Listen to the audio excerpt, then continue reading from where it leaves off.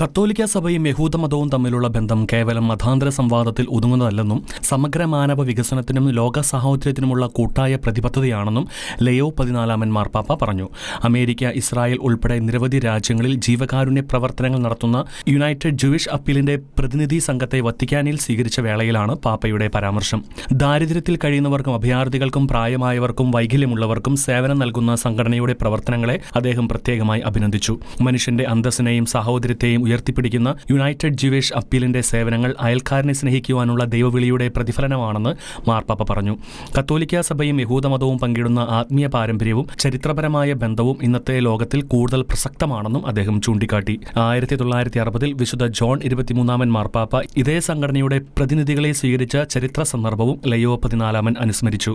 രണ്ടാം വത്തിക്കാൻ കൗൺസിലിന്റെ ചരിത്രരേഖയായ നൊസ്ത്ര എത്താത്തെ മനുഷ്യകുലം ഒരു കുടുംബമാണെന്ന സത്യം ലോകത്തിന് മുന്നിൽ അവതരിപ്പിച്ച സുപ്രധാന രേഖയാണെന്ന് മാർപ്പാപ്പ പറഞ്ഞു. മതപരവും സാംസ്കാരികവുമായ വ്യത്യാസങ്ങൾക്കപ്പുറം പരസ്പര ബഹുമാനത്തോടെയും സഹകരണത്തോടെയും മുന്നേറുവാൻ അത് ഇന്നും പ്രചോദനമാകുന്നുവെന്നും അദ്ദേഹം വ്യക്തമാക്കി.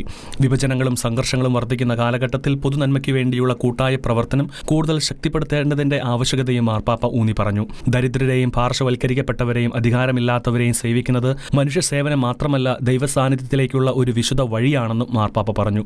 ലോകത്തിന്റെ വിവിധ ഭാഗങ്ങളിൽ യുദ്ധങ്ങളും കുടിയേറ്റ പ്രതിസന്ധികളും വർദ്ധിക്കുന്ന സാഹചര്യത്തിൽ മതസമൂഹങ്ങൾ ഒരുമിച്ച് പ്രവർത്തിക്കേണ്ടതിന്റെ പ്രാധാന്യവും അദ്ദേഹം എടുത്തു പറഞ്ഞു. സമാധാനം, നീതി, മനുഷ്യാന്തസ് എന്നിവ സംരക്ഷിക്കുന്നതിൽ കത്തോലിക്കരും യഹൂദരും കൂടുതൽ സഹകരിക്കണമെന്ന് ആഹ്വാനം ചെയ്താണ് മാർപ്പാപ്പ തന്റെ സന്ദേശം സമാപിച്ചത്. International desk, Shekinah news.